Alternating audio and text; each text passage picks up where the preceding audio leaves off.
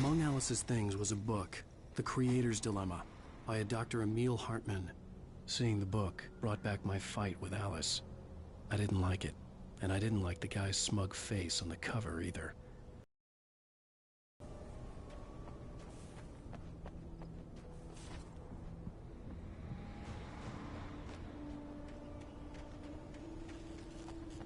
The gas station was my best bet. They'd have a phone I could use. It looked like a long hike through the forest to get there.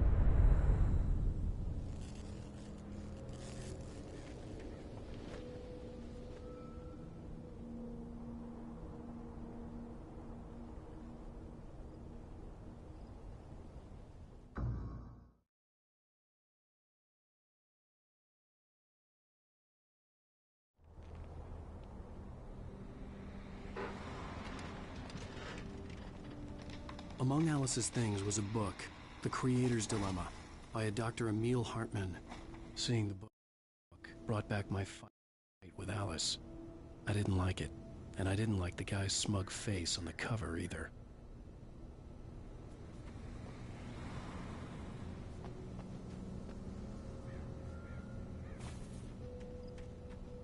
The gas station was my best bet. They'd have a phone I could use. It looked like a long hike through the forest to get there.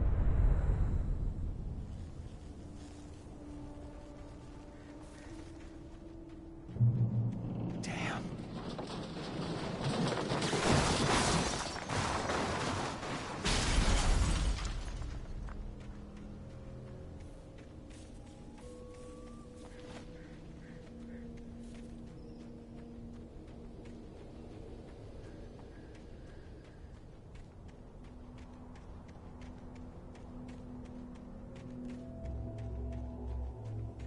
Hello?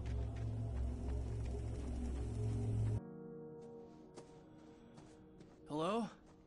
Is someone there?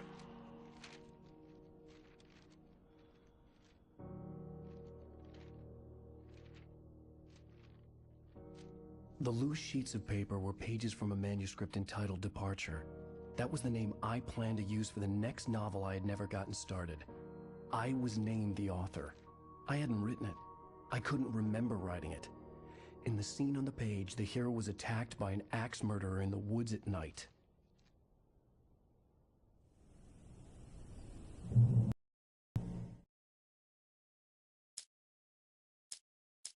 Departure by Alan Wake. The man turned to face me. His face was covered in shadows. It was hard to make him out in the darkness of the forest that surrounded us, but the axe he lifted was plain to see. It glistened with the blood of his victim. He grinned madly. The shadows were alive, distorting his features. It was a scene from a nightmare, but I was awake.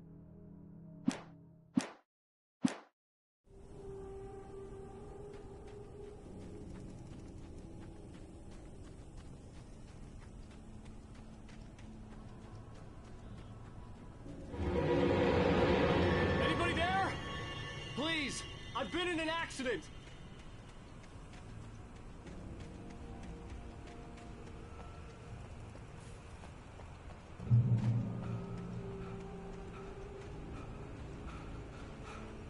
The lights up ahead were a good sign.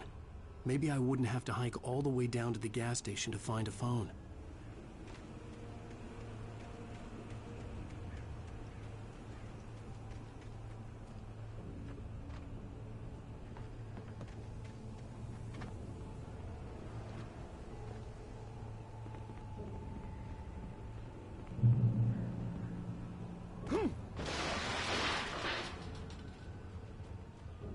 Anybody there? Please, I've been in an accident!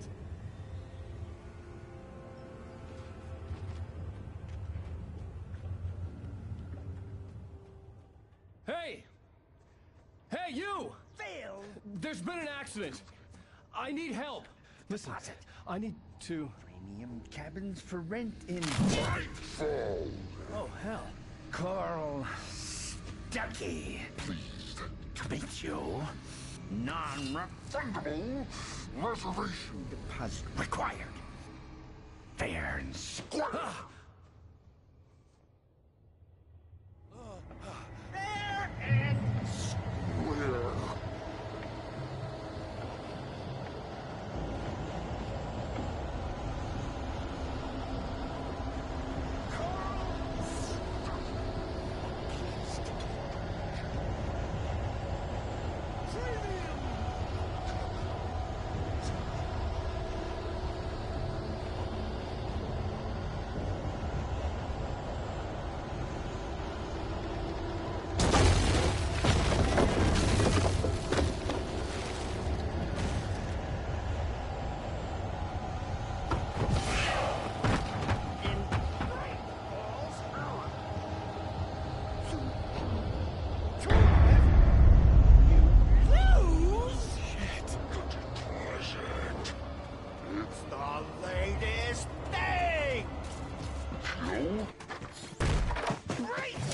Fall. I had to figure a way out of this. Any second now, and Stucky would be knocking on the door with his axe like Nicholson in The Shining.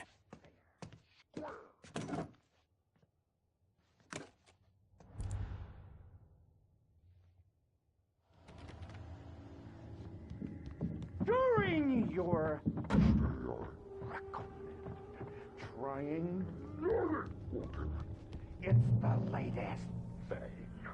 Incontestably proven health benefits let you Kill with one stone. you can see the sights and keep those cholesterol levels Down. Sator.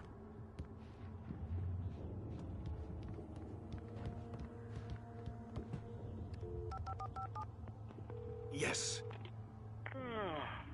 Bright Falls Sheriff Station. How may I... Hello? Hello?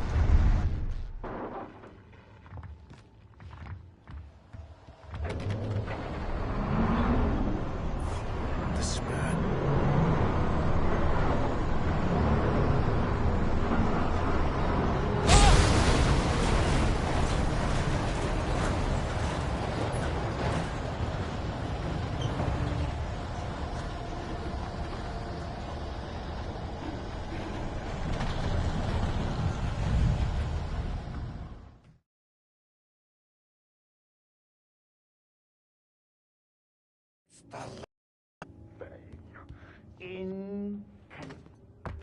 Incontestably proven health benefits let you Kill with one stone. you can see the sights and keep those Yes. cholesterol Bright Falls levels Sheriff Station. How may I... Hello? Hello?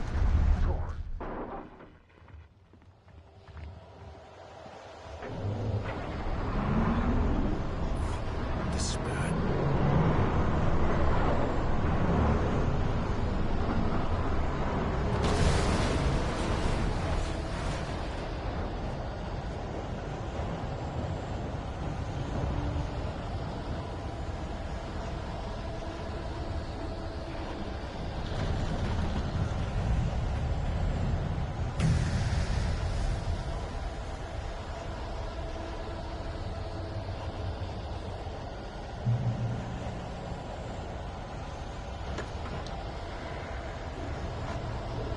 There were more of them.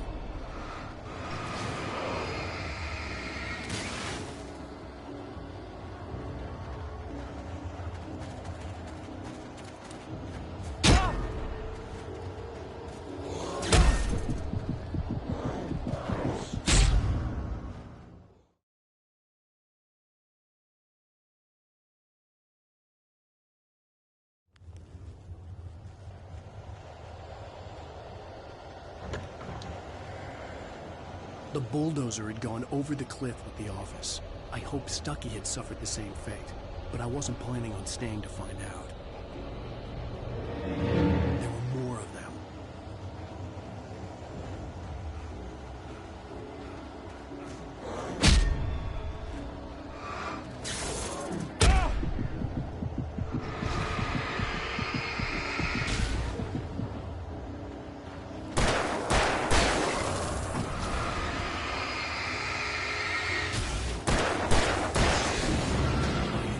With a concussion.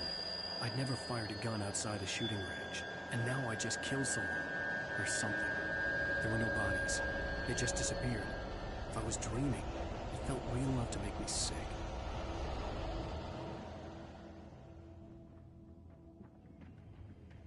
The dark forest was the last place I wanted to go, but I had no choice. I had to get to the gas station. It's rabbit season.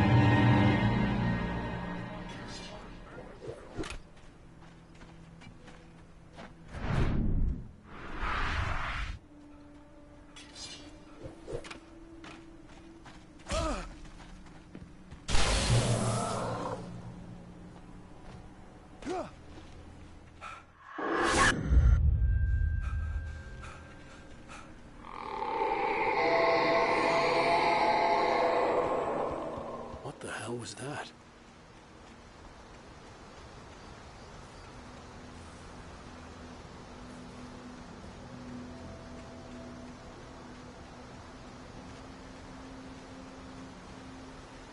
When I saw the river below, something uncoiled itself inside my head. I realized that I'd have to find a way across. I didn't even want to look at the water.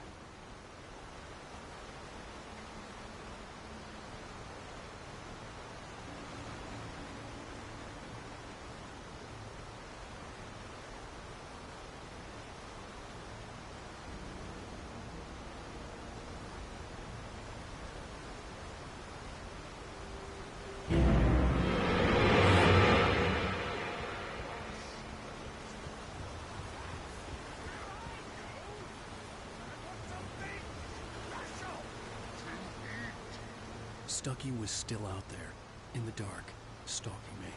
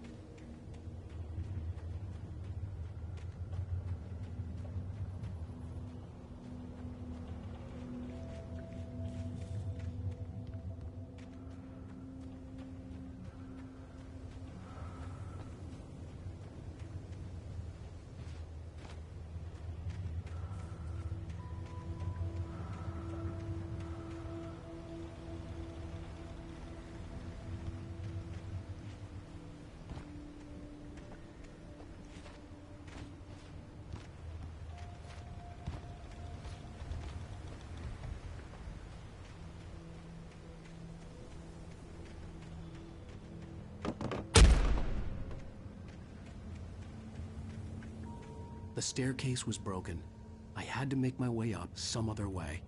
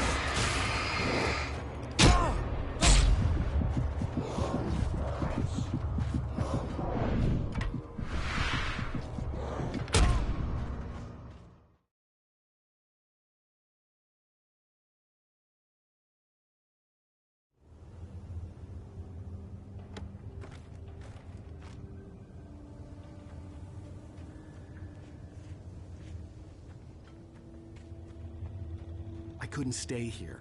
There had to be a way to get up there.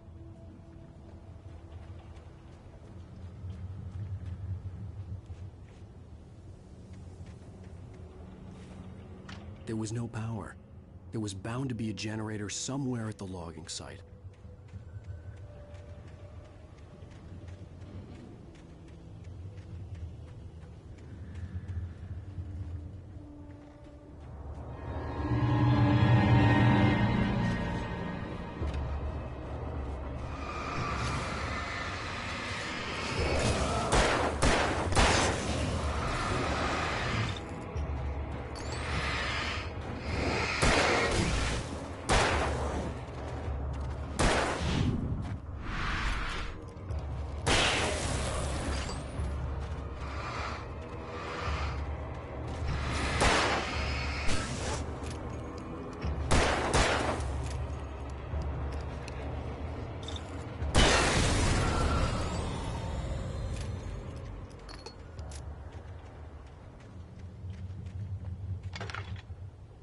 With all this forestry equipment around, there had to be something I could use to reach the top.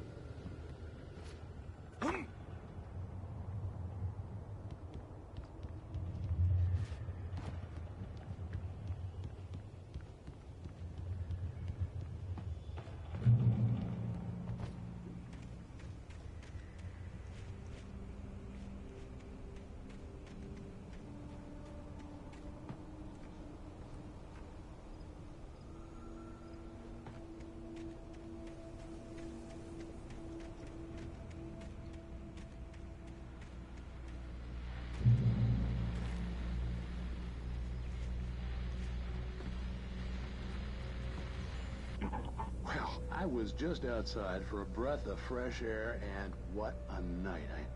I know most of you are probably in your beds by now, but if you're still up and around, take a moment. Step outside for a spell and breathe in deep. The weather is absolutely still. The sky is crystal clear. It's like the forest is quietly breathing along with you. As you listeners know, I'm a night owl, and it's on nights like this I wish I wasn't cooped up in the studio. Makes an old man like me wish I could just roam wild. But here I am, and it would keep you company all night long if I weren't. It looks like I'm not the only one staying up late. Caller, you're on the air. Hey, Pat, it's Maurice Horton. Hello, Maurice. What are you up to? Well, I was just taking Toby on his walkies. Oh, isn't it beautiful out there? Sure, but Pat, the reason I called is that Toby heard something rustling in the undergrowth and took off after it, and I couldn't find it. Probably a rabbit. Sure. Toby loves rabbits. Well, sure. Anyway, I figured that, if anyone runs into Toby, they could grab him. My number's on his collar. And Toby's a friendly dog? Toby loves people. Usually he comes back, but we were pretty far from home, and it sounds like he went pretty wild there. Great dog, but just didn't come for his own good. Well, Maurice, it's out there now. Hope Toby comes home soon. Yeah, thanks, Pat. You have a good night now.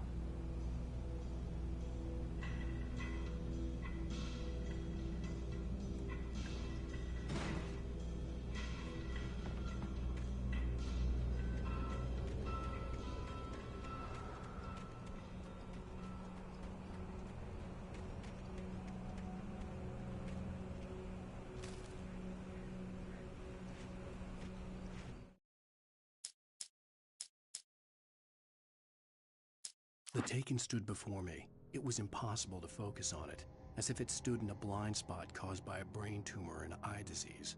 It was bleeding shadows like ink underwater, like a cloud of blood from a shark bite. I was terrified. I squeezed the flashlight like my life depended on it, willing it to stop coming any closer. Suddenly something gave, and the light seemed to shine brighter.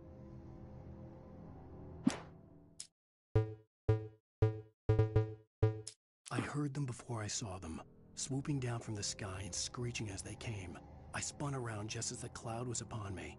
For an instant, I stared into 100 dead eyes, black pearls glittering in the darkness. I raised the flashlight and the swarm exploded like fireworks. Feathers burned, turned into ash. I couldn't hear my scream above theirs.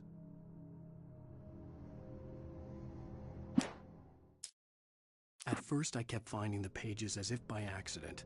The book I couldn't remember was either a terrible and true prophecy or an act of creation that had rewritten the world. I began to hunt the pages feverishly, for they held the answer to the mystery. With it, I could save myself. With it, I could save Alice.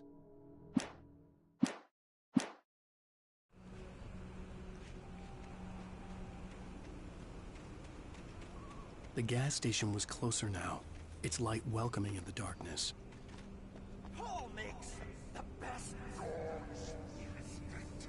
Barry Forster is the best with no cuts. Monster Dog is second best. The famous dog is...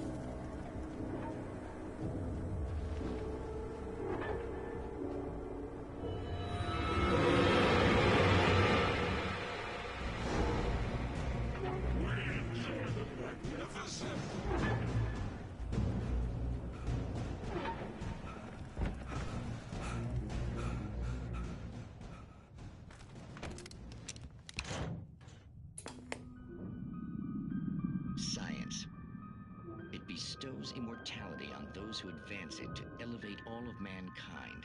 Newton, Einstein, Sagan, princes among men. But the price for such a legacy is steep indeed.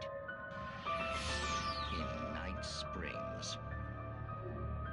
Tonight's episode, a quantum suicide. If our lives are already written, it would take a courageous man to change the script.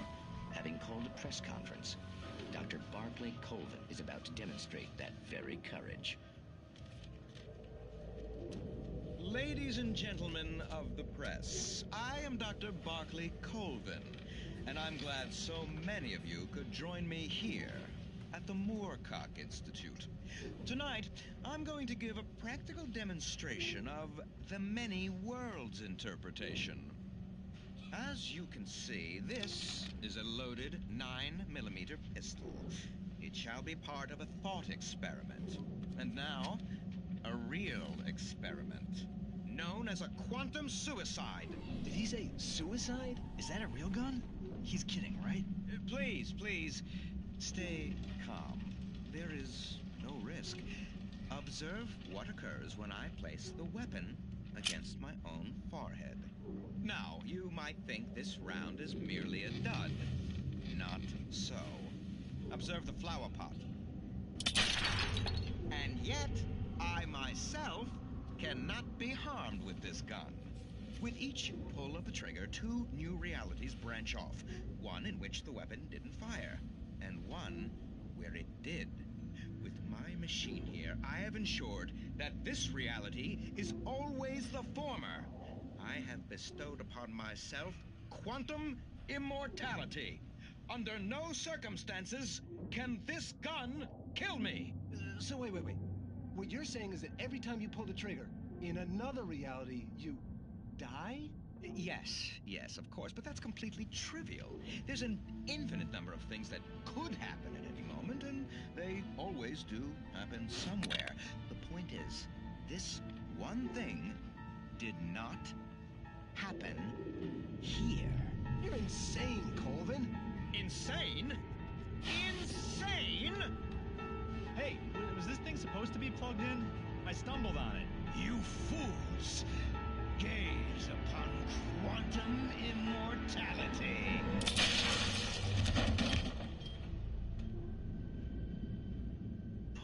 Poor Dr. Colvin, felled by his own hubris or the ignorance of the masses.